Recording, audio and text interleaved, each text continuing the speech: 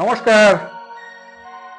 কর্মের ব্যাপারে মেষ রাশির ছেলেমেয়েরা কি ধরনের কাজ এরা পছন্দ করে? আহ, যে কাজের মধ্যে একঘেয়েমি নেই, এক টানা ব্যাপার নেই, পরিবর্তনশীল কাজ, হুম, যে কাজের একটা চঞ্চলতা রয়েছে, তৎপরতা রয়েছে, সে কাজ এই জাতক জাতিকারা মানে মেষ রাশির জাতক জাতিকা পছন্দ করে। যে কাজে সাহসিকতা আছে, যে কাজে স্পেকুলেটিভ বা টেকনিক্যাল বুদ্ধিমত্তার প্রয়োজন আছে, সেই কাজ মেষ রাশির জাতক বা জাতিকারা বা ছেলেমেয়েরা এদের পছন্দের।